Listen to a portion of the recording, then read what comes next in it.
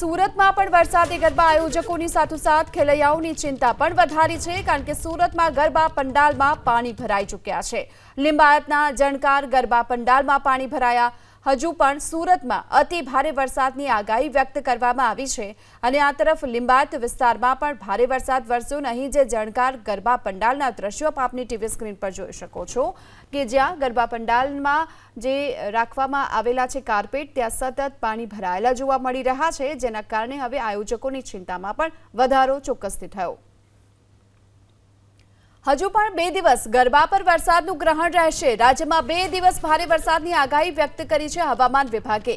આજે સુરત, વલસાડ, નવસારીમાં red alert આપવામાં આવ્યું છે। તાપી, નર્મદા, ભરૂચમાં અતિ ભારે વરસાદ વરસી શકે છે। આ સાથે ડાંગ, દમણ, દાદરા નગર હવેલીમાં પણ આજે અતિ ભારે વરસાદની આગાહી છે। અમદાવાદ, ગાંધીનગર, મહેસાણામાં આજે ભારે વરસાદનું અનુમાન વ્યક્ત કરાયું।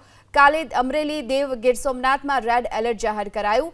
આ સાથે રાજકોટ, જૂનાગઢમાં પણ અતિ ભારે વરસાદની આગાહી વ્યક્ત કરાઈ। જો કે માછીમારોને દરિયો ન ખેડવા માટેની સૂચના પણ આપવામાં આવી।